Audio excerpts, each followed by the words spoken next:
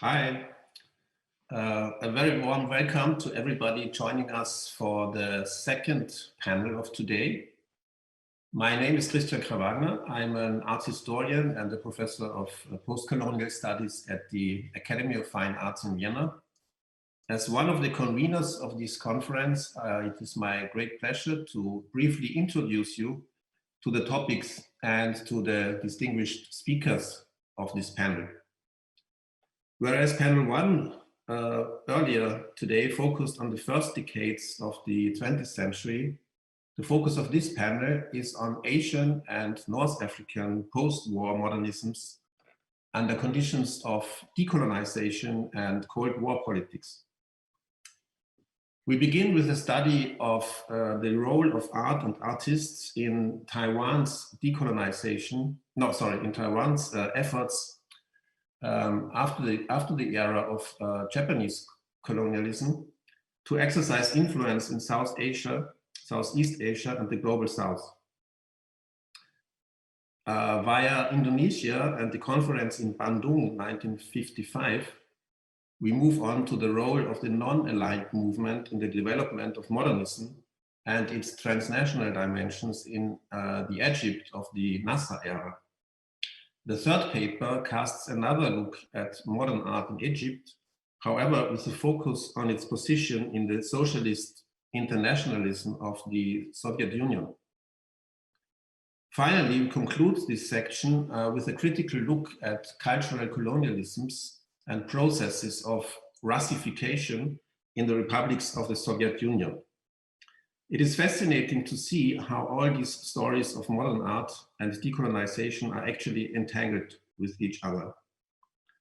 Our first speaker is Nobuo Takamori. He is curator and researcher based in Taipei. Among his many exhibitions is most recently The Secret South, from Cold War perspective to global South, at the Taipei Fine Arts Museum, on which he will touch in his talk today. Nobuo, we are looking forward to your talk. Okay. Thanks for the introductions from Christian, and it's my honor to be part of this important panel. And maybe we can start to create my slideshows. Thanks. All right, so today's my presentations, the Impassport Empires, which focus on Taiwan's role during the Cold War period. And as Christian mentioned, this topic is based on a research-based exhibition I curated at Taipei Fine Arts Museum this summer, which titled as The Secret South from Cold War Perspective to Global South in Taiwanese Museum Collection. The official name of Taiwan is the Republic of China, which already shows us the complexity and chaotic situations of Taiwan's international status and its modern history. Taiwan has been Japanese colony since 1895 until the end of the World War II. The Republic of China was established at 1911, which means the ROC region has been never covered the island of Taiwan before the end of the war. During the colonial period, ROC even settled a Chinese consulate general at Taihoku, today's Taipei.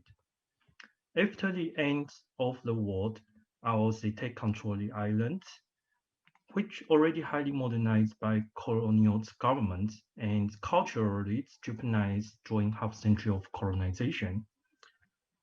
These inner differences causes the conflict at 1947 and at 1949, the ROC led by Chinese nationalist parties, the Kuomintang, failed in the Chinese Civil War. The mainland China was totally controlled by the People's Republic of China since then. However, the ROC, which only covers its regions over Taiwan and associated islands, still reclines itself as the government which could represent all China, and the ROC still represented China in the United Nations as permanent member until 1971. For me, this kind of paradoxical situations could be metaphors as Frankenstein's monster. The Republic of China depicted itself as one of the five superpowers who won the World War II.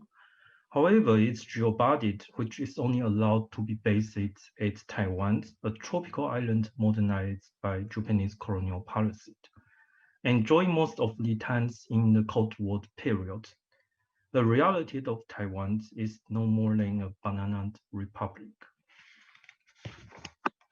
During the Cold War, the Republic of China government in Taipei and the United States depicted Taiwan as free China. But it's not free at all. The reality of Taiwan was under the highly extremely right-wing dictatorship regime. According to the constitution rules of the Republic of China until today, the ROC's most west border is Panch River, which locates at the middle of today's Tajikistan, and this case tells us how Taipei government far away from the reality. A Taiwanese contemporary artist's work, the map of ROCs by artist Mei Dingyan, represents how ridiculous the post-war Taipei government was. We can see the most territories which ROC reclaimed are emptied on this map. However, according to the needs of the Cold War, ROC government still sending out artists for cultural exchange since 1950s. Guo Xuehu and other Taiwanese artists who has been trained during colonial academic systems has been sent to the so-called democratic alliances in Southeast Asia, such as the Philippines and Thailand, for presenting their works.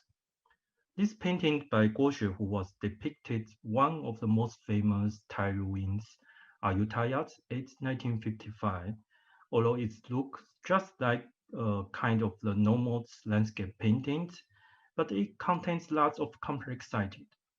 Imagine a Taiwanese painter used Japanese trained Nihonga's technique and diplomatically represented the Republic of China to draw the landscape of Thailand.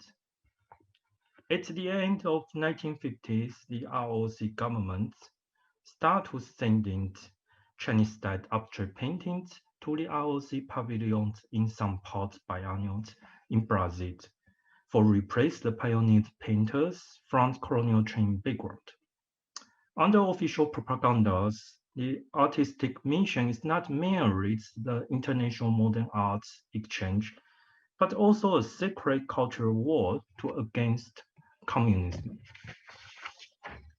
During entire Cold War, the ROC has been directly involved into several regional conflicts, including involved into Indonesian civil wars at 1958, supported the Vietnam War at 1960s, organized the guerrilla warfare at the border of northern Thailand, supported the apartheid South Africa, and involved into Yemen civil wars in the late 1980s. Max Liu, an important Taiwanese painter and anthropological explorer, was sent to Saigon during 1960s as civil engineer to work for build the United States air bases in South Vietnam. However, he took this chance to explore the ancient culture of Indochina Peninsula and developed his own surrealism style as well. After he came back from the Vietnam War, he retired from his military career and became a professional artist. Professor Ma Baishui was also traveling widely in Southeast Asia during 1960s, but his travels in different purposes. He usually used his own summer and winter academic vacations to organize some short-term arts workshop for Southeast Asian students with Chinese descent. The Republic of China, which followed the Chinese nationalism, believed itself as the protector of all Chinese descent globally. It's also the reason why our state government put the resources a lot for engage into Chinese communities' education systems in Southeast Asia. That's also the reason why today's Taiwan keeps some most important artworks and documents from these Southeast Asian artists with Chinese descent. For example, in the exhibition I curated, The Secret Sauce, we represented the works of Ong Kyu Kot from the Philippines and Chong Su Pian, Chen Wen-Xi, and Yu Kang from Singapore. Artist Xi Dejing was one of the most important Taiwanese artists during 1970s who has been visited the Philippines. One of the most interesting parts of his case is Xi Dejing and other Taiwanese artists visit Manila for take the commercial opportunities, such as take the commissioned case of painting a portrait. As during 1960s to 70s compared with most Southeast Asian countries, Taiwan was lack of art market and the commercial opportunities for the artist. Therefore, some Taiwanese artists choose to visit Southeast Asia for the financial purpose.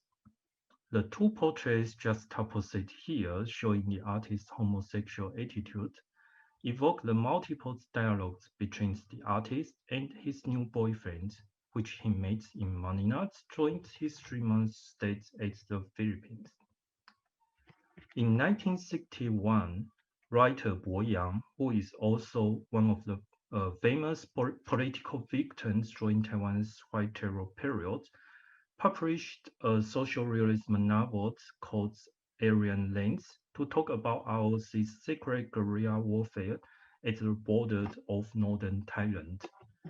Taiwanese contemporary artist Xu Jiawei take this taboo topic to discuss the CIA-supported ROC army and information intelligence agencies in the deep northern Thailand.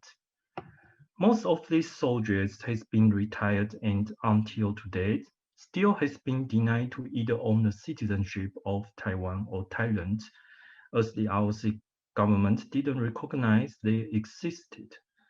Artist Xu Jiawei used some poetic metaphors to represent these Cold War tragedies in his video work, Ruins of Intelligence Bureau. The Cold War heritage or legacies of ROC is not only existed in Southeast Asia, but also in African continent. A famous building at the neighborhood of Kinshasa, which called by locals as La Pagoda Chinas or the Chinese pagodas, in fact, was built by ROC's agricultural missions as a gift to the Congolese dictator Mobutu Sese Seko during 1969. The building used the northern Chinese style decorations, which are common style of Taiwan's post-war modern architecture during 1960 to 70s. I was planned to send a Taiwanese artist Yao Ruizong to the Democratic Republic of Congo for document these exotic ruins. Because of the pandemic, we used model to replace the photography projects in the exhibition I curated.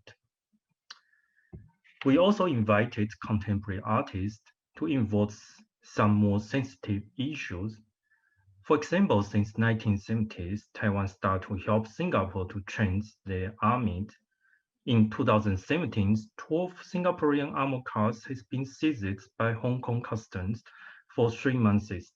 It's the midway of their shipping transportation from Taiwan back to Singapore.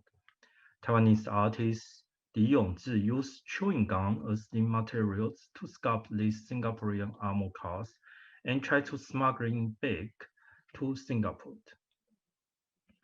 And of course, there are more cases I could represent during these presentations, but according to the shortage of the time, I just want to mention after the 8 years of preparations and research, the Secret South from Cold War perspective to global South in museum collection at T-Funds, which I curated this summer. There were over 80 works and 100 plus documents from the public art museum and institutions in Taiwan will exhibit. The purpose of this exhibition was try to reconstruct the relationship of Taiwan with the global South during the Cold War period and how its influence on art practice. By the research of post-war narrative, we are those able to bridge the Japanese colonial period and the contemporary society of Taiwan and comprehend the distinctive roles Taiwan plays in the Southeast Asia and the global South.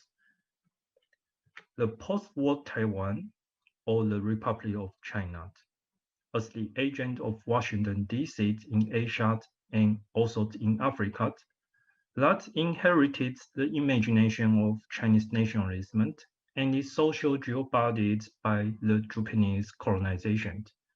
It gave rise to the Don Quixote styles in Passport Empire, which don't too far. Okay, so I think it's the end of my presentations, and I believe the following speakers of these panels will also bring us multiple perspective, especially on the topic of the Cold War issues. So thanks your attention, and I will give my time back to our moderator, Christian. Thanks.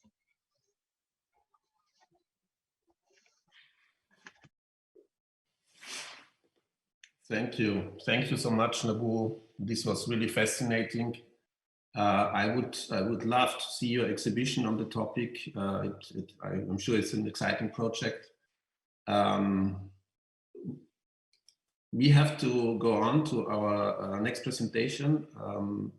Next speaker is Nadia Radwan, who is an art historian and an assistant professor at Professor of World Art History at the University of Bern, Switzerland. She published the book Les Modernes de l'Égypte, The Moderns of Egypt, and is now working on a book on the politics of abstraction in the Middle East. Nadia, I would ask you for your presentation.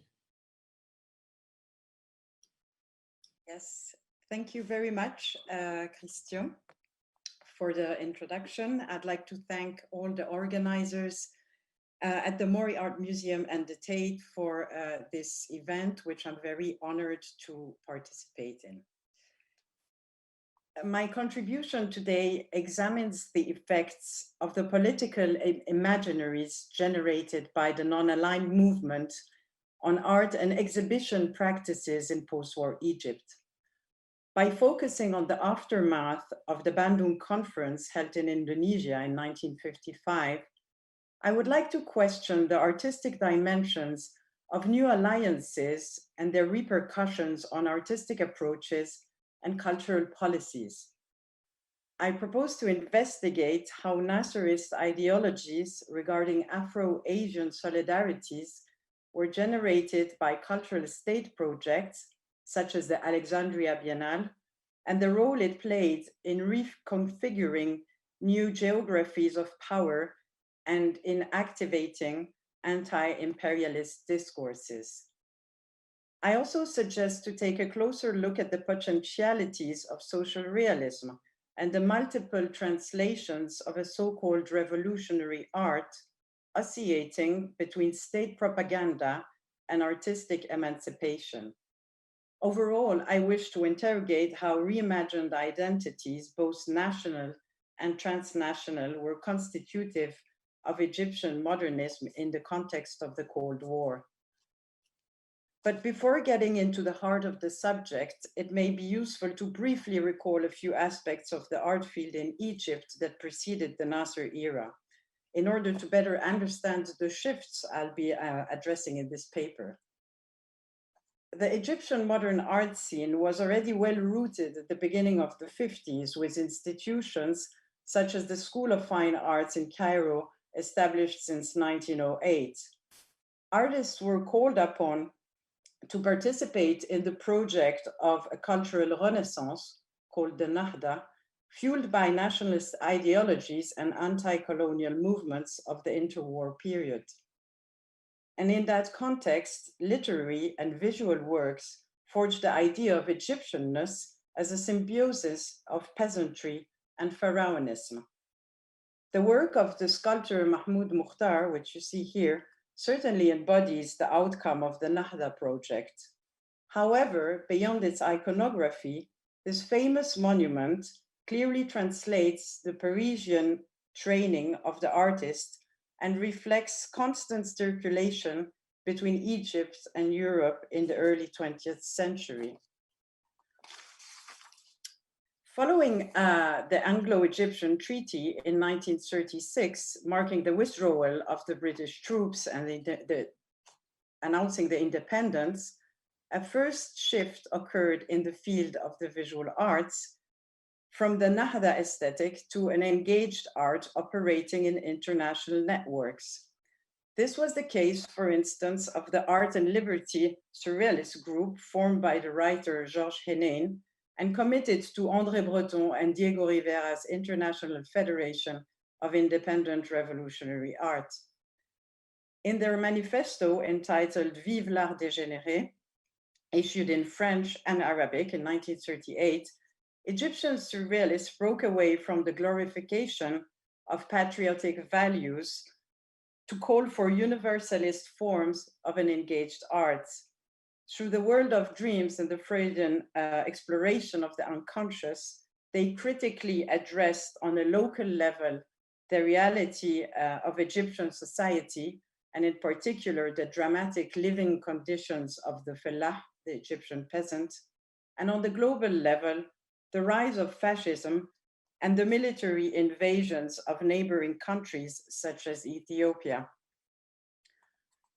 This transition towards engaged art is well illustrated by a painting by Abdelhadi El-Ghazal, a member of the group of contemporary art. His popular chorus, first exhibited in a show of the group in 1949, was perceived as a criticism of King Farouk's rule and led to the artist's brief incarceration. The painting depicts a range of 9 mainly feminine figures standing in front of empty plates, referring to the extreme poverty of a large part of the Egyptian people. And after the free officers toppled the monarchy in July 1952, as the work had been sequestrated by the police, Nasser's government commissioned a reproduction which the artist then backdated to 1951. This anecdote announces the beginning of the regime's complex relationship with art that would become a means to affirm its socialist values, as well as to consolidate new networks of solidarity. The Afro-Asian Conference that took place in Bandung in 1955 brought together leaders from the global South, as you know, including Nasser, Indian Prime Minister Nehru, Yugoslav President Tito, and President of Ghana Nkrumah. And they commonly agreed to affirm their solidarity with colonized nations, their rejection of Western security pacts, and their neutralism, avoiding political or ideological affiliations with the major power blocs of the Cold War. And the same year the Bandung Conference took place, the Cairo branch of the Tagore Society established an exchange program inviting Bengali intellectuals to give lectures in Cairo. Also, several issues of the art journal Sawt al-Fannan, published in the 50s, were dedicated to Indian art. These exchanges, however, were possibly already initiated before Bandung by Tagore himself, who has been now mentioned several times in this morning's first panel, and who had visited Egypt. The Alexandria Biennale was inaugurated only a few months after the Bandung Conference and played an instrumental role in consolidating new alliances and networks. The first edition, inaugurated on the occasion of the anniversary of the so-called revolution, would envisage a specific recalibration of the idea of the Mediterranean that loosely included a selection of its neighboring countries. The exhibition affirmed its pan-Arab orientation by inviting Lebanon and Syria, as well as Nasser's sympathies with Tito through the important section dedicated to artists from Yugoslavia. As stated in the catalogue by the Biennale's president, Abdel Latif el-Baghdadi, who was also Egypt's commander of the Air Force, its goal was to reinforce new solidarities through, I quote, the proof of artistic cooperation, end quote. Several narratives thus coexisted, alternating between the national, the pan-Arab, and the trans-regional. However, these seem to have omitted aspects of the entangled stories of Egyptian modernism, recalled by the dominating presence in the Egyptian section of Armenian, Greek, French, and Italian artists in favor of a civilizational, homogenizing narrative of the Mediterranean. The overall selection of participants indicates a tendency towards social realism that suggests a global circulation of certain tropes. For instance, the painter Hamid Owais, who is commonly associated with the Nasser era, found affinities with the works of Italian social realists, as well as Mexican muralists, developing a clear and direct style portraying the daily life of the Egyptian worker. Looking at art production from the 50s onwards brings to the fore the question of emancipation. Did the new themes related to social, economic, and anti-colonial struggle operate as instruments of state propaganda or as a means to achieve artistic freedom? Did one necessarily exclude the other? In February 1959, the artist, feminist, and activist Ingia Flatoun held a solo show at the Cairo Atelier and asked the Mexican artist David Alfaro Siqueiros to introduce her catalogue. She had met the famous muralist during his trip to Egypt in September 1956, where he and his wife, Angelica Arenal, had come to meet Nasser to discuss the impact of the Bandung Conference on Latin America. 1 month after her exhibition, Flatoun was arrested due to her communist activities in a climate where Nasser's regime was clamping down on communist activists and members of the Muslim Brotherhood. However, during her 4 years in prison, she continued to paint and to participate in exhibitions. And this indicates the complex relationship of Egyptian women artists with the regime, from which they paradoxically benefited through art institution and grants, in particular by gaining access to the School of Fine Arts in Cairo, formerly reserved for men. Sorry. This was the case of the painter Gazbe Yassiri, who belonged to the group of modern art, and as others, she gained the favor of the state and was assimilated to socialist ideals for her numerous depictions of women and the working class. However, the reductive labeling of these artists as intimately linked to the state should be nuanced, in my view, and their work would deserve a reappraisal in light of the ambiguities I just mentioned. Another aspect of this reconfiguration of alliances can be linked to the Pan-African orientation of the non-aligned. New solidarities with African states led to questioning the hegemonic and often racist attitude of Egyptians towards African populations, a position that started on its own soil with Nubia and was reinforced by Egypt's colonial involvement with the Sudan. One of the components that also changed the geographic imaginaries of Africa was certainly the nationalization of the Suez Canal that benefited from the support and solidarity of a number of African nations. This can be illustrated by Abdel Hadi El-Ghazar's digging of the Suez Canal, commissioned by the Maritime Museum in Alexandria to be displayed as a historicist fresco. It represents the forced labor of masses showing the fellahin surrounded by camels, donkeys, and machinery in the 19th century, while alluding to the contemporary struggle of the working class. And this work was painted 2 years before the Six-Day War and the defeat at the hands of the Israeli troops, referred to in Arabic as the Naksa. And the disillusion of the Naksa, not only in Egypt, but throughout the Arab world, turned a new page in art practice by refocusing narratives around pan-Arab and, to a certain extent, pan-Islamic ideals, notably through the strengthening of the solidarities with Palestine. In 1972, 2 years following the death of Gamal Abdel Nasser, the Arab Socialist Union's Central Committee hosted an exhibition in homage to the late president. This show also marked a shift towards abstraction, as shown in this work by the artist Menhat Helmi, representing the bombing of an Egyptian village secondary school by the Israeli Air Forces south of Port Said in 1970.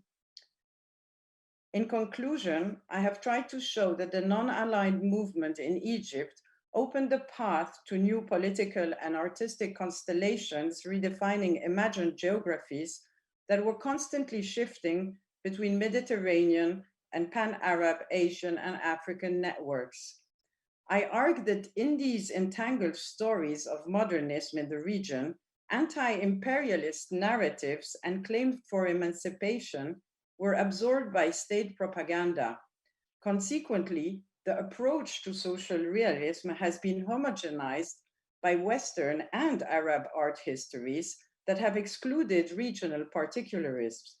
Thus, the impact of Bandung and transcultural exchange between Egypt, India, Ghana, Yugoslavia, and later Mexico, as well as the study of social realism in a global perspective, definitely call for further scholarly investigation. Thanks a lot for your attention. Thanks a lot, Nadia. This was a wonderful presentation, really insightful, and I think it is a great opportunity that we have today to listen to another presentation that centers around Egyptian modernism and its transnational dimensions. This is, I think, a great chance that we have today to have a view at this region, at this cultural and art histories in the 50s to the 70s from two different point of views. So I'm happy to introduce our next speaker, Maria Miliera. She's an art historian and she teaches at the Courtauld Institute of Art in London and is currently conducting a research project on Soviet socialist realism and its reception in Asia, Africa, and the Middle East. Please welcome Maria Miliera. Thank you, Christian. I'm delighted to be here, and thank you, Nadia. I'm also delighted to follow on from your paper. And good morning from London to everyone. So I would like to begin with the reception of Ingi Eflatun's 1970 exhibition in Moscow.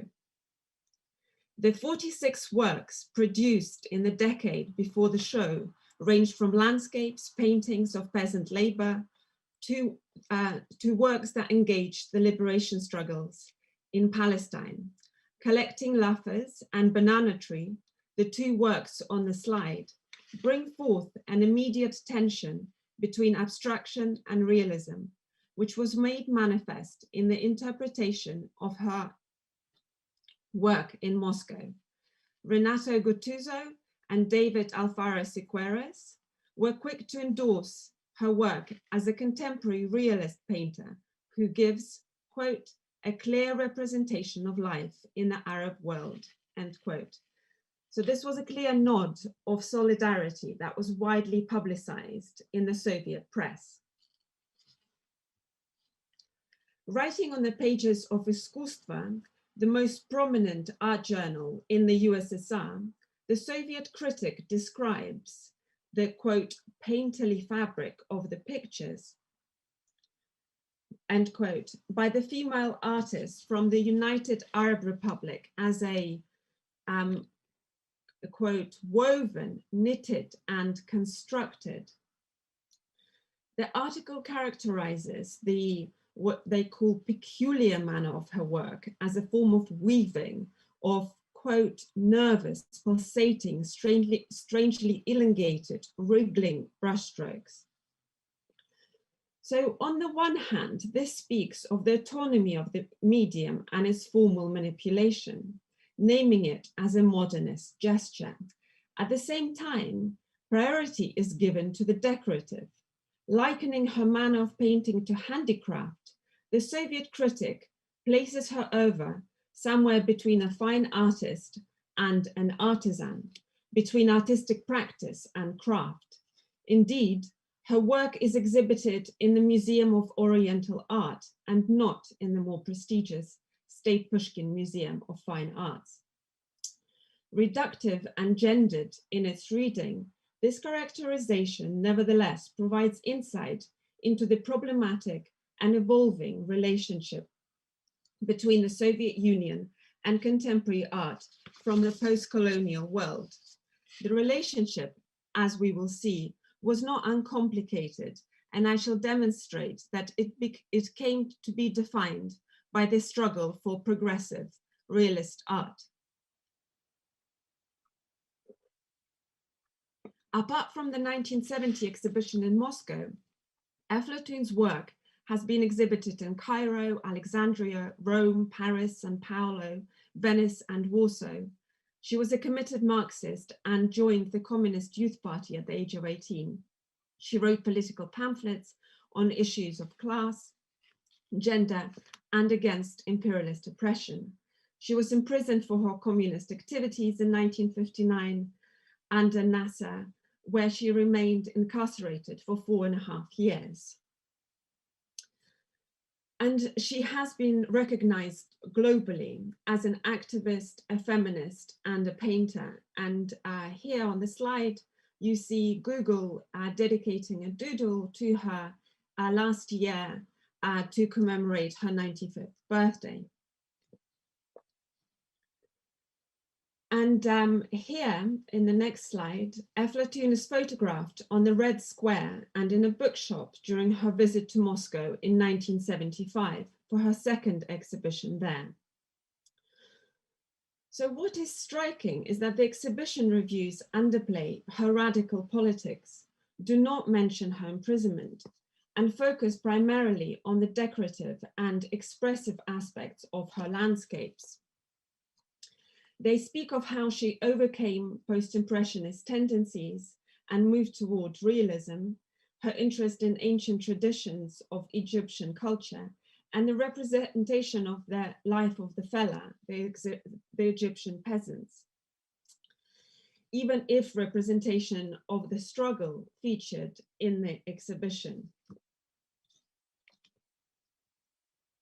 I argue that Aflatoon's exhibition in Moscow provides a distinctly Soviet perspective on the history of Egyptian art after the country's independence from imperial rule, a period that to date has been primarily studied in relation to Western modernity and its engagement with abstraction. The Soviet perspective offers a novel vantage point from which to consider the relationship between decolonization and socialist internationalism as a determining factor in constructing new visual systems of representation in the post-war period.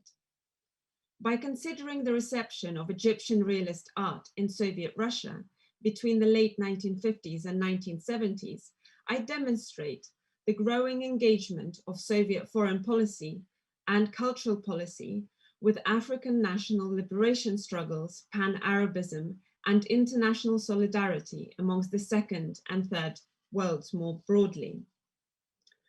After Egypt's liberation by the Free Army in 1952, the Soviet Union sought to promote alternative visual models of representation for emerging nation states, so long as they were rooted in realism and humanism. The Soviet aesthetic was defined by Stalin's command that it be, quote, socialist in content and nationalist in form. The post-colonial states provided fertile ground for re-engagement with this dictum, which was hardly clear in its articulation. The return to Lenin's project of world revolution and his vision for an association of autonomous, equal Soviet republics was invoked in the popular imagination of Soviet and Egyptian people. And here you see an issue of a Aganyok, which was an illustrated magazine that was in 1970 dedicated to Lenin's world politics. After the October Revolution, the Bolsheviks were the only state to support the anti-colonial causes abroad against Western imperialism. Commitment to racial justice and equality was renewed during the thaw, which manifested itself in international solidarity, propaganda campaigns, and contribution in aid abroad. The 1950s and 1960s saw numerous instances of bilateral cultural exchange. Exhibitions of Egyptian art were organized in 1957, 58, 66, and 72. Gamal Abdel Nasser visited Moscow in 1958, and Nikita Khrushchev returned the visit in 1964. Individual artists were singled out for personal exhibitions, such as Aflatun, as well as Hamed Ovais and Gamal El-Saghini in 1972 and 73. As a reciprocal gesture, Soviet exhibitions were organized in Cairo and Alexandria to commemorate 100 years since the birth of Vladimir Lenin in 1970. Staged in Moscow in 1957, the Sixth World Youth Festival epitomizes Soviet geopolitical ambitions as a leader of socialist internationalism.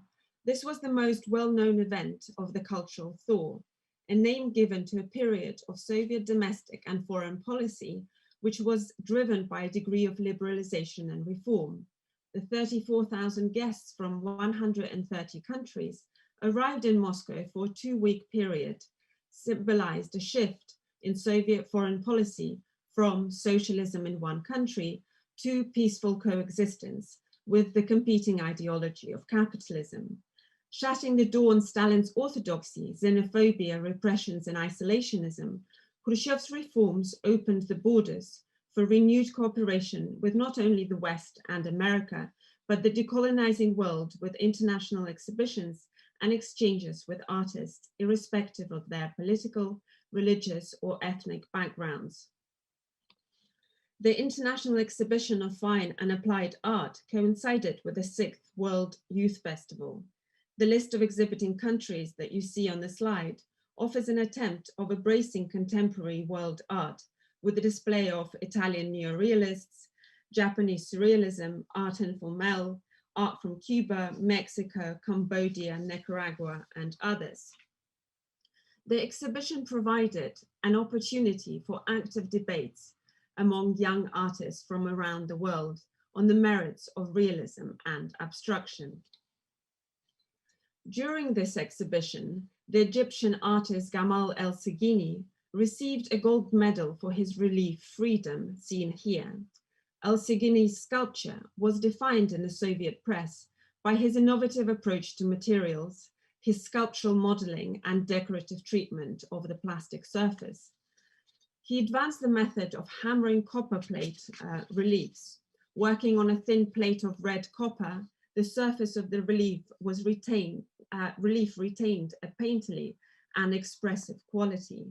The subject is a male prisoner who rises from his knees and breaks free through the bars of his prison cell. The dove, signifying peace, breaks free from captivity. The kneeling figure is confined by the frame of the relief itself, suggesting promise and potential for monumentality and heroism beyond the limits of representation.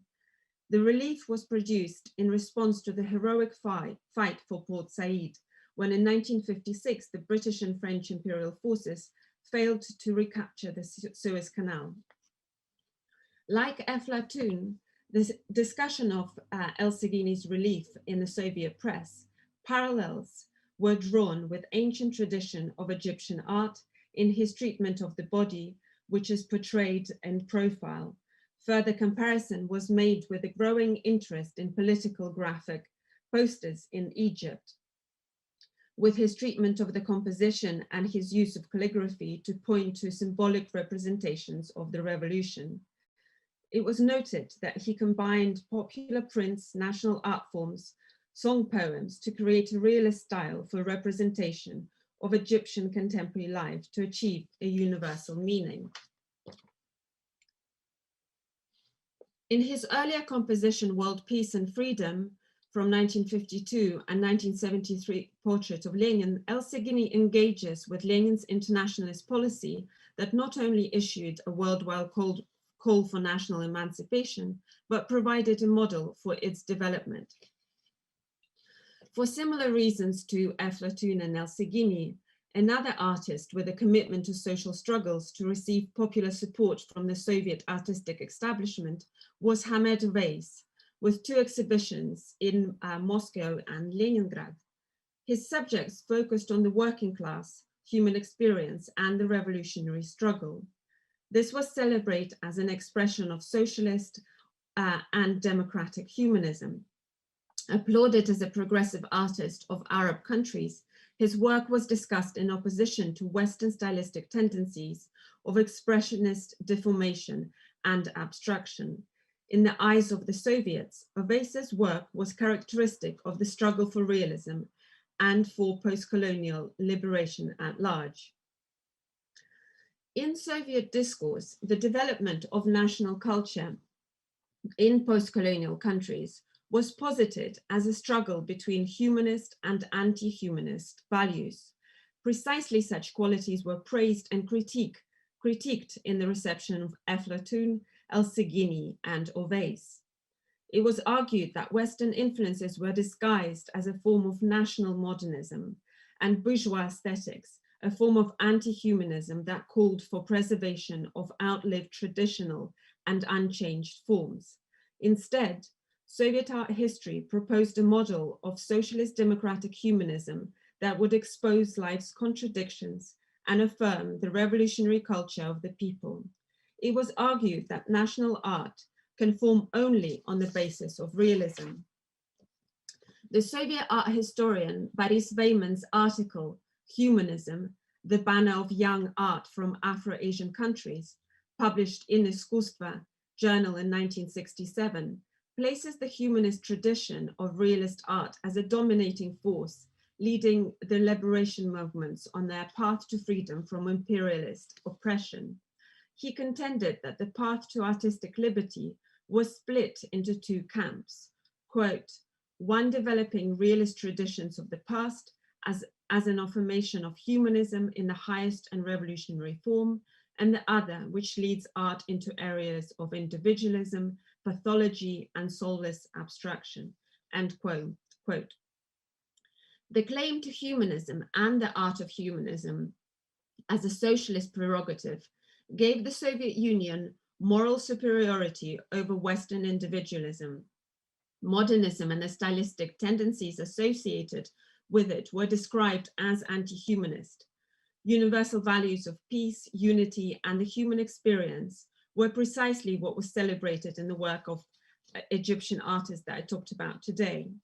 The conception of contemporary progressive art materialized in an 8-volume Soviet universal history of art, which was published by the Academy of Arts between 1956 and 66. The project to document world art presented a departure of Eurocentric models of art history, with sections devoted to 20th century art of Latin America, Asia, Africa, and the Middle East.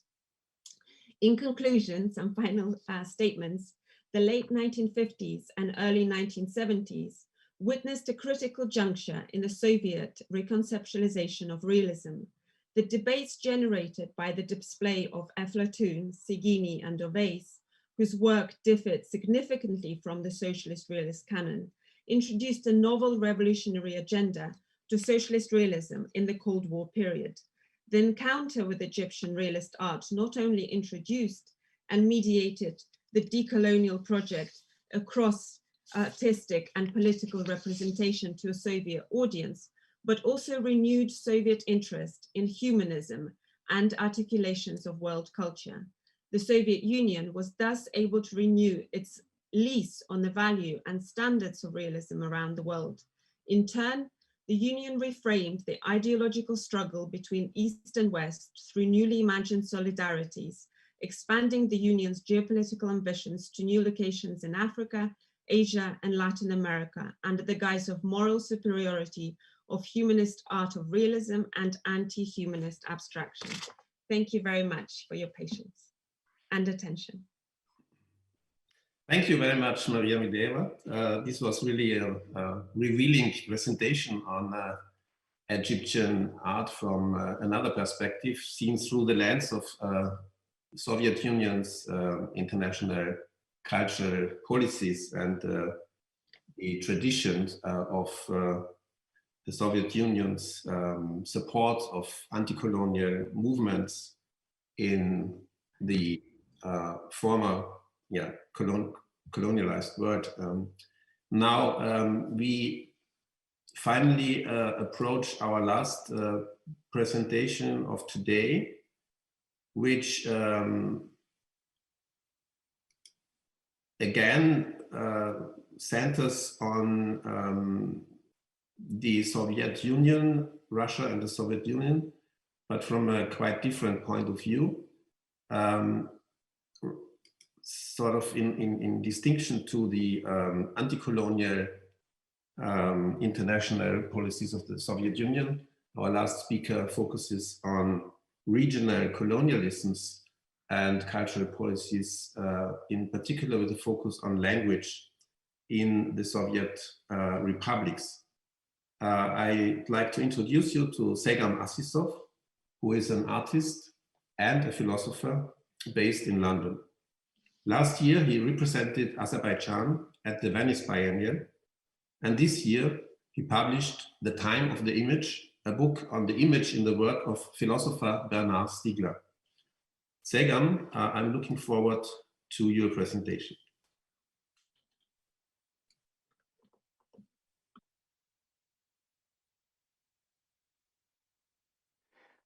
Hello. Thank you very much, Christian, for introducing me, and thank you for everyone at Mori Museum and Tate Modern for having me here. I'll talk about this Russification project, which Christian mentioned. Russification means how the Russian language was used to expand territories of the Russian Empire, which is in itself a fascinating story. It is the case when one can repeat after Walter Benjamin that all actuality is already theory, something he has asserted in his 1920s book, Moscow Diary. It's also part of my larger work, which includes exploration of limits of languages. Language is a production, is producing a pharmacological effect, since the limit of language is also the point of transgression. The pharmacological effect constitutes language as both the instrument of domination and the instrument of liberation. The language is not only power to speak, but also power to explain.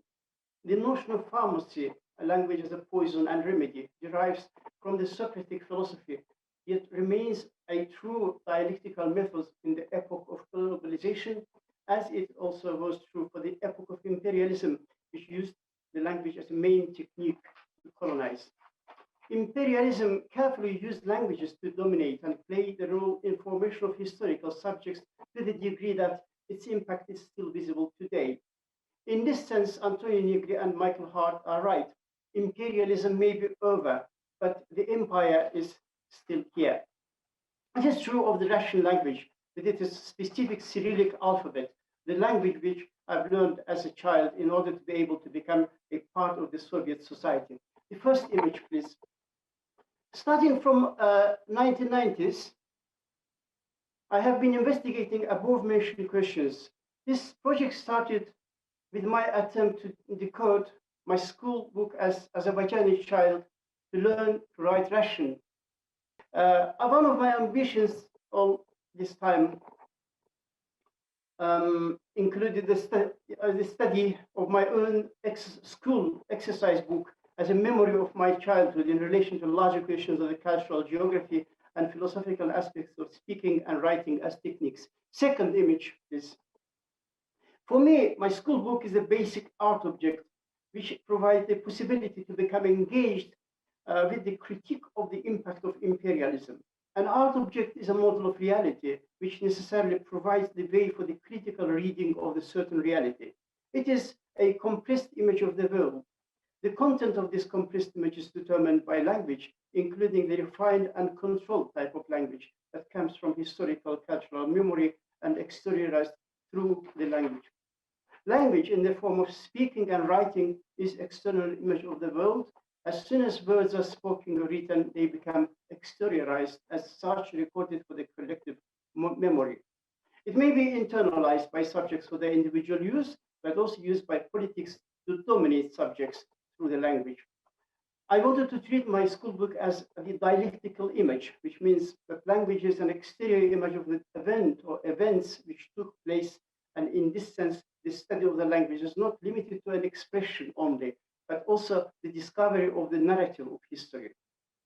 In this case, the colonizing aspect is articulated in the Russian Empire's attitude to the surrounding smaller countries with their own diverse languages and cultures. Since I started my work with this school book, I have been continuously investigating archive materials combined with personal observations and reports on Russification in the news media. The process of Russification has started in the Russian Empire and has been fully realized during the existence of the Soviet Union and continues after the fall of this empire in 1991. To draw on the process of Russification through Lenin's thesis of self-determination of nations as a certain type of identity policy, and its adventures in everyday reality is both exciting and confusing. Russification at the governing of the body politics in the Russian Empire opened up the unique way for the socialist October Revolution in 1917. As it is well known, one of the aims of communist ideas was based on the internationalization as a radical form of universalism, with the project of the uniting socialist brotherhood. The empire already had a ground for it through the bringing together all countries around itself and the Russian language as the main means of communication.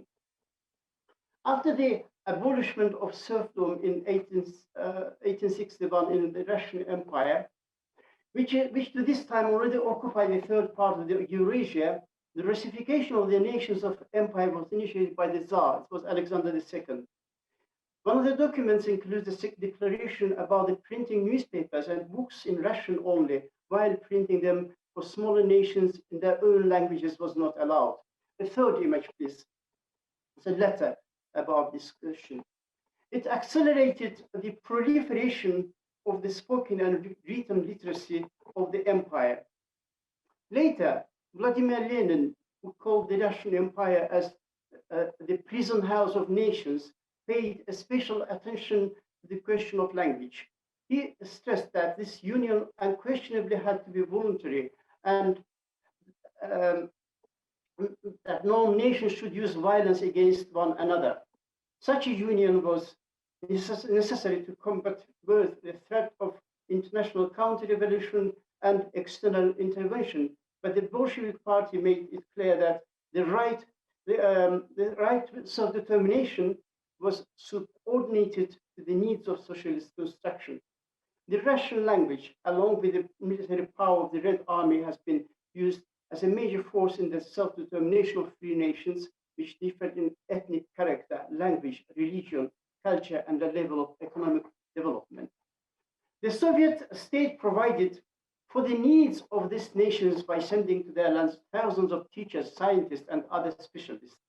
Russification spread across all of the empire, transforming 400 nations nationalities speaking in, apart from Russian, 36, Iberian, Caucasian, 25 Turkic, 24 Indo-European, 22 Mongolian, and 20 Finno-Ugric languages. These languages have been regarded as secondary in relation to Russian. Later, after Stalin's death, under Stalin, a Leninist nationalist policy encouraged even stronger trends towards assimilation, rejection of the specifics of national development, the political accusation of all nations, and the resulting arbitrariness and lawlessness with regard to certain people. It also tightened the development of Russification, this time under the internationalism and socialism. Stalin specifically engaged in the enlargement of the Soviet influence in Eastern Europe while planning the victory of the October Revolution throughout the world. Stalin was dealing with these questions scientifically. His involvement in language policy as a dominant force resulted in his theory of linguistics. In his pamphlet of 1950s, Marxism and Linguistics, by altering the Marxist theory of base and superstructure, Lenin turned this theory upside down. It was the revolutionary Russian language, as Maria Milieva mentioned already in relation to socialist realism, socialist, nationalist in structure, socialist in form, that had qualities of this superstructure. Stalin's book was considered as an irreplaceable guide which existed in order to prevent arbitrary interventions. For this reason, authority was given to Stalin's cadres dealing with colonization of bourgeois elements. One of the victims of this colonization was, for example, a philosopher, Mikhail Bakhtin, who published his book under the nickname of Voloshinov. His book, Marxism and the Philosophy of Language, was censored for its insistence on the class struggle at the level of the sign, contradicting Stalin's ideas. At the earliest stage of perestroika in 1986, the intention of independent republics was Stalin's policy other way around, cutting off Russian language. At the beginning of perestroika, rejecting the Russian language in a number of satellite republics was a step towards independence. Once proved to be more interdependent rather than dependent, this policy turned into a tool for everyday business. Like creolization in Caribbean islands and pidginization in the former British colonies, the Russification is active in the work of cutting and mixing. This process now receives its dramatic forms as it continues, like in the recent annexation of Crimea and the recent conflict between Azerbaijan and Armenia, to mention just that two. After the breakup of the Soviet Union, the former satellite republics became independent ones. However, in order to earn little money, many people from the Central Asia traveled to big Russian cities as a cheap labor. Ironically, even in Russian official circles, these migrants are called not even immigrants or migrants, but Gastarbeiters in the German manner. The following image which you see is the job of advertising I photographed in St. Petersburg, on the pavement of St. Petersburg, which is in Kyrgyz language, but with using Cyrillic. And it says, we have jobs, and then this is Uzbek, Kyrgyz, Tajik. You can see many advertisings like this in Russia. So I will develop this brief remarks further as a large multimedia project at the ongoing story of the limits and transgressions of language, partly of the Russian language itself. Thank you very much.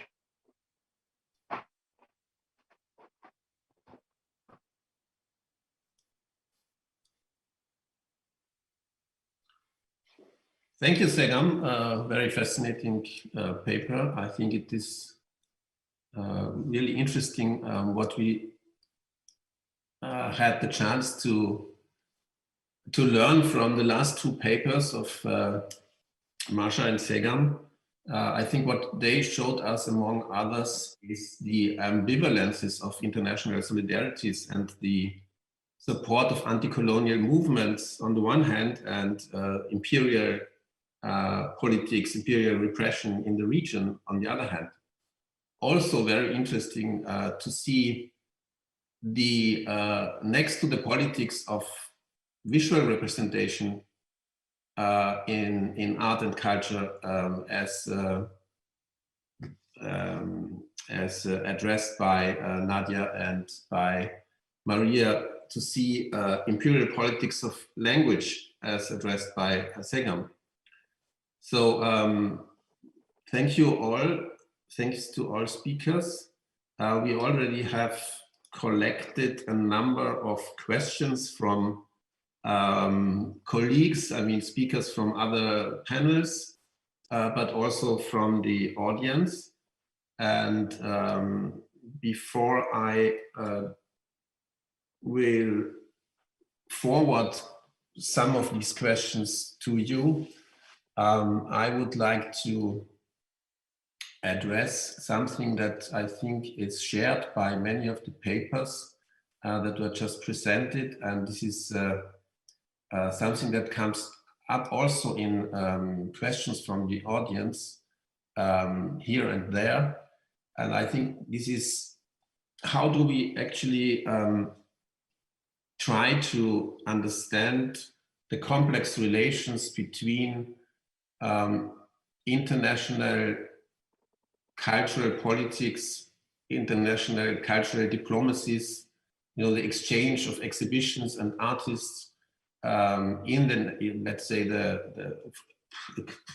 the context of either the non-aligned movement as an international organization of independent and decolonizing nations. On the other hand, the international politics, Cold War politics, cultural politics of a superpower like the Soviet Union. In particular, of course, in relation to the Egyptian art world of these decades after the war, and how did artists on the individual basis, as an artist, as a traveler, as someone who is part of these cultural internationalisms, how did they manage to maneuver all these expectations from the state, from the nation, from the international organizations? So it's about the agency of artists under the conditions of these political framings. May I ask this maybe first to Nadia and Maria?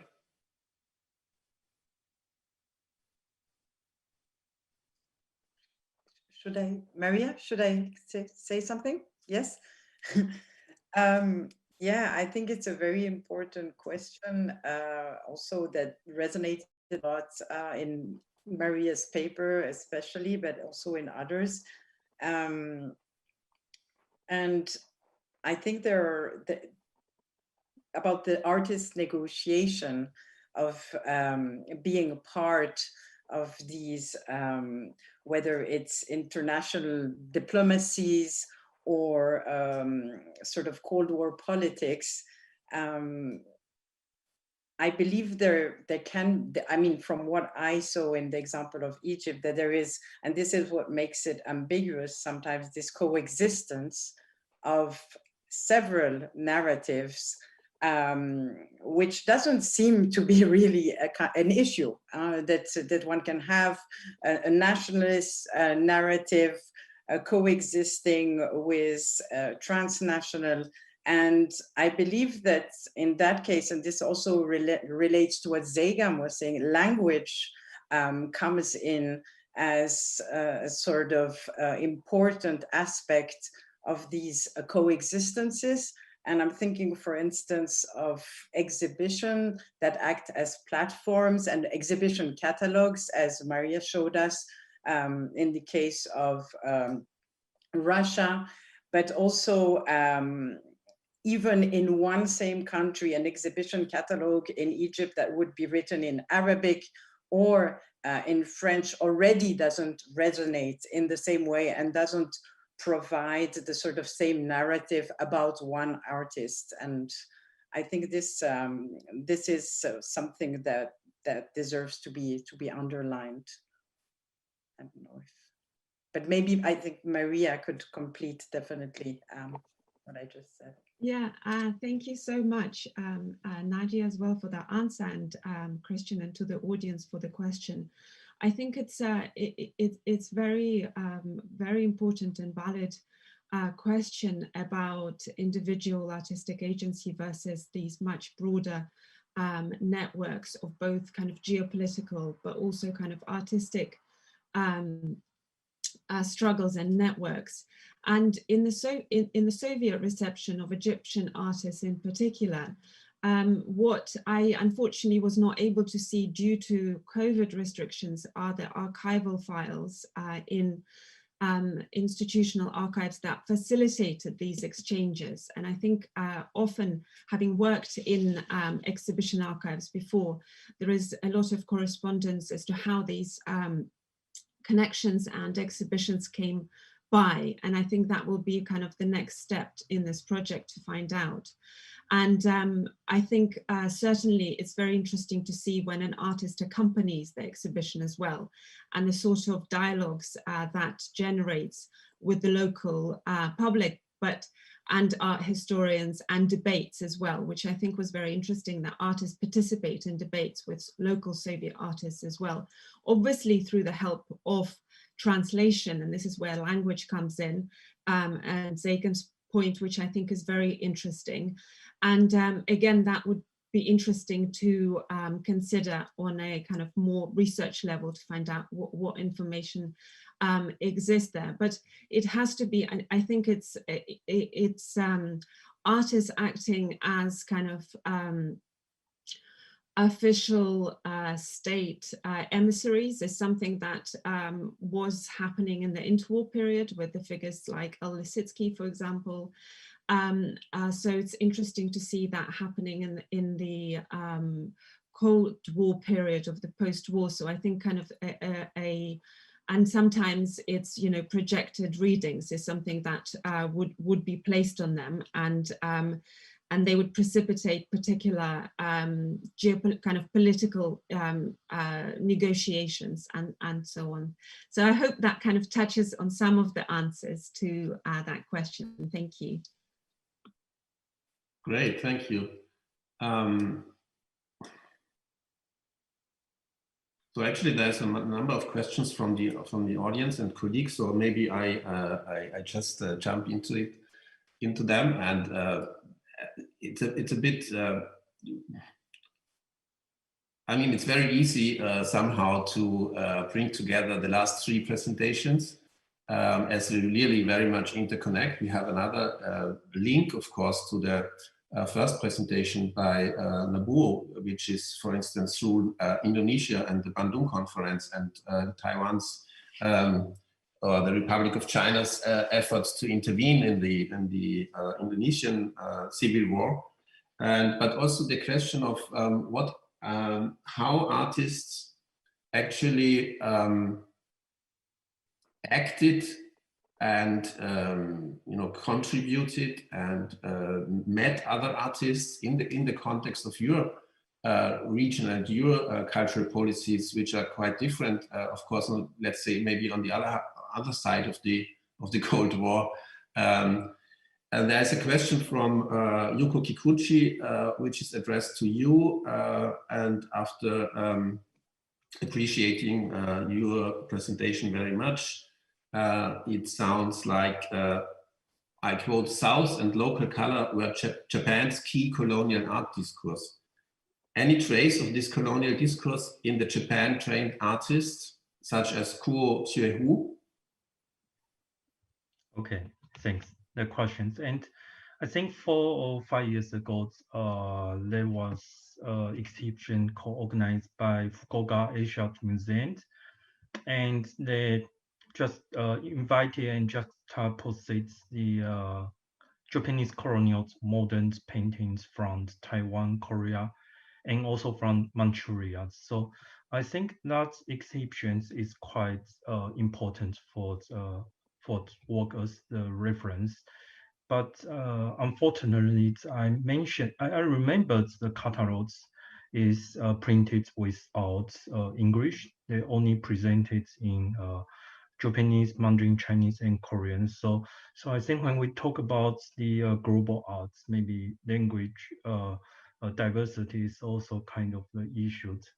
But what I'm concerned about is that although some artists in Taiwan are Japanese colonial training backgrounds, but somehow I feel they are like kind of the time traveler. They can still to continue to practice that artistic expressionism borrowed from the Japanese colonizations, but in the post-war environment, which is certainly it's totally different. So somehow I feel that the art practice is more beyond than the political narratives we are discussed today.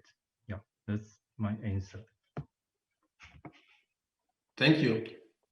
There's another question which was raised by Anna Bibao, and this also makes reference or relates to what we spoke earlier about the actual context between artists from different parts of the world, and in this case, it's related to the Egyptian-Mexican relation, which sounds really like a very interesting story I didn't know about yet.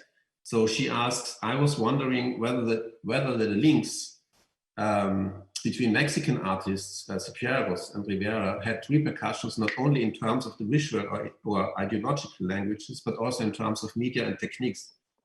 Did muralism have any sort of significant presence within revolutionary art in Egypt as a result of these exchanges? I think it's directed to Nadia, but could also be answered, of course, by Maria. Yeah, I think it's a good question, and this story is fragmentary and definitely would deserve further research, the relationship between Mexican artists and Egypt. And muralism, I think the aesthetics definitely resonated with certain artists, whether it's Ingia Flatoun at a point in her career or always.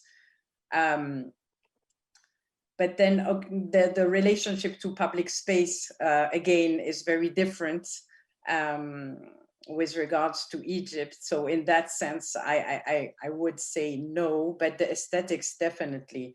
And also maybe about, because we're talking about the artists and sort of the exchanges amongst them, I wanted also to underline, because Nobuo also mentioned the Sao Paulo Biennale as being yet another type of platform where those artists could actually meet. It seems that, I mean, again, I know several scholars are working really on the Sao Paulo Biennale during that period. I'm not specialized in it, but I do know that it was, again, a very important platform for artists from the global South to sort of exchange during that time. Yeah. But maybe Maria could add something. Thank you. I just have a very small point to add that I think this answers kind of, or raises the broader issue, kind of questions raised by the conference as a whole about the entanglements and how those entanglements actually kind of cross from many different directions, and the Mexican muralism also comes via Soviet Union, where Siqueiros and other Mexican artists had exhibitions during the post-war period too, as well as during the interwar period. And as I mentioned, the Ingia Flatoun's exhibition in 1970, David Alvarez Siqueiros is brought in kind of immediately as one of the kind of spokespeople to speak up for her work as a work that displays representations of real life and realism and social conditions. So, and I think and that would be kind of a broader discussion for another day about socialist realism and social realisms, or kind of global realisms during this period. Yes, so thank you. Thank you. Before having more of the other questions that address related issues, I mean, I would like to ask Segam, because you had a slightly different approach to both in terms of let's say media, rather language instead of visual culture, but also in terms of the colonial or imperial policies of the Soviet Union at the very same time when this state supported anti-colonial movements or decolonization movements in the South. So how do you see the relations, I mean, the contradictions or the ambivalences between these both sides of Soviet Union's cultural policies? Yes, probably, thank you very much. Contradictions more than ambivalences, because since Stalin's coming, well, first of all, I must tell you that Lenin could not find a proper recipe, so to speak, which was very difficult, of course, how to replace the notion of nationalism for another, for something that would unite the former Soviet republics, or all this nationality which I counted before. Instead, he came up with the notion of Russian language as connecting to all these people. And at the same time, I must tell you that during the Soviet time, every nationality could study their own language in schooling in their own languages, etc., etc. But the contradiction was that it had to be subordinated to certain linguistic policy, which is not Russian or a non-Russian, but a Soviet, something like Soviet. You see, that is a very important thing about the whole development of the language policy in the Soviet Union. But in terms of Soviet Unions, within the program of internationalization, facilitating artists like from Africa or Latin America, from so-called repressed countries, then it was called third world countries, was also each time articulated through the Russian language as a sort of cosmopolitan language that, for example, people traveling to from Azerbaijan or from Uzbekistan, from Ukraine, from anywhere to like Egypt, for example, or Mexico, they were always usually speaking in Russian language, which was absolutely normal for everyone to accept that it is a language. Often during the Soviet time, it was said that it's a language in which Lenin was speaking, something like this. So this contradiction, of course, was very artificial. We have no time. I would have talked about it a lot more. It's one of the most restricting effects of another very big question, modernism. And it took place not only in Russia, of course. Analog is English language or French. So in this particular thing, what I call pharmacological effect, poison and remedy. But this Russification itself became a condition of also definitely uniting the former republics, but also Eastern Europe. The Russian language played interesting role in some ways. On the one hand, liberating, on the other hand, controlling, basically. So I hope it's an answer. But on my method of presentation, which I made, I just want to say that obviously because I'm not art historian, unfortunately, it is very fascinating. I listen to art historians, it's so interesting. It is obviously from theoretical and conceptual art perspective that I was approaching this question. Thank you. Thank you, Segam. Thank you.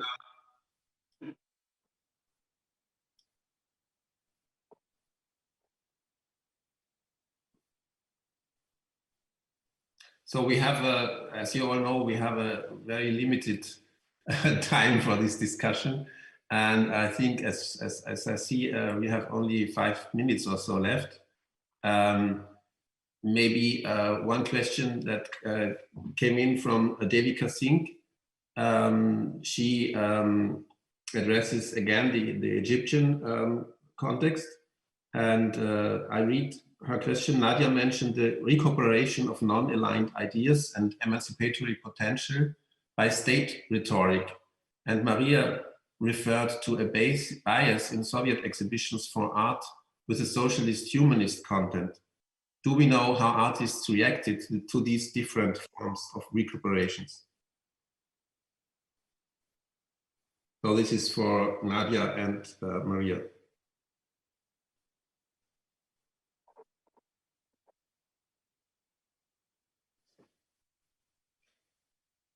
I think that maybe Nadia would be, I don't know if best to answer from the point of view of the Egyptian artists reacting to that particular reading of kind of democratic or socialist humanism from the point of view of the Eflatun or Oveis or El Sekini. Yeah, thanks. I think it's a very important question. I'm really not that sure that I could answer it simply for sort of a lack of documentation somehow, or of testimonies maybe on. But I do think it's a very important and necessary question to reflect on. Maybe in combination with forms of activism, because this is also something that maybe we didn't talk about so much, but various forms of activism, the way they can be undertaken by artists in the Egyptian context. But I have to say, I wouldn't have a straightforward answer to that question. Would have to think a little bit further. Yeah. Just to maybe add one more thing, and it's also very interesting to think about the kind of audience reception, and one way would be to look at exhibition comment books as well, to see whether this kind of let's say ideological reading of their work from the Soviet perspective was how that compares to actual Soviet responses, which are very common in Soviet archives. But again, that would require some more research. I mean, I was asking myself throughout your presentations about, I mean, in particular the Soviet, but also the relation to Yugoslavia. How did, I mean, you quoted, Maria, you quoted, for instance, from newspaper, Russian newspapers, Moscow newspapers, and their interpretation of Inci Eflatun's art in a very specific way. But do we also know about artists, I mean, Russian artists, Soviet artists' reaction to a response to these exhibitions? And the artists, even she was visiting Moscow, and she might have had personal interaction with artists there. Thank you. That's such a fascinating question. And again, I think it would require some more digging in the archives. But I think important point to raise is that during the period of the thaw, so the later second half of the 50s and the first half of the 60s, debates about abstraction and realism that I've mentioned that surrounded, for example, the Youth Festival, but also American National Exhibition were very prominent and were kind of seen as part of broader reforms as something that was possible. And in the 70s, it was, let's say, kind of forms of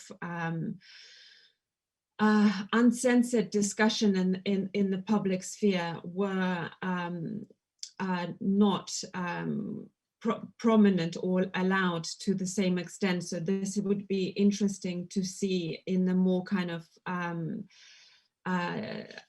unofficial conversations. So there is obviously like two structures of official party newspaper responses to non-official conversations and gathering spaces, which is another kind of very fascinating topic, and how they merge.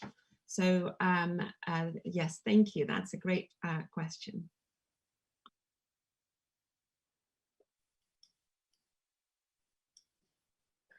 I think we have to come to an end. My last question, because I would really like to see, but I will not be able to see, Naburu's exhibition. Can I ask you just very briefly, how do you see how do you see a difference between making an argument in a paper like the one you presented today, and making an argument through the curating of an exhibition on the topic? So it's a bit about because you mentioned years and years and years of research and collecting documents and working on the museum's collection itself. I just answer it briefly. I think sometimes artwork itself will saying something, and that will be somehow beyond the narratives or the linguistic discussions we could read by the documents.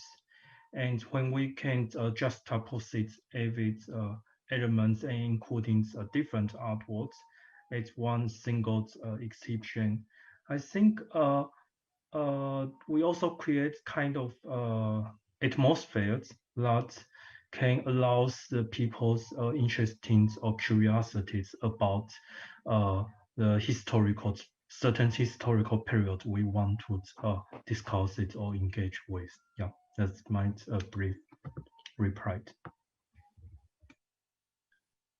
So thank you again to all the speakers and to all the people who asked questions.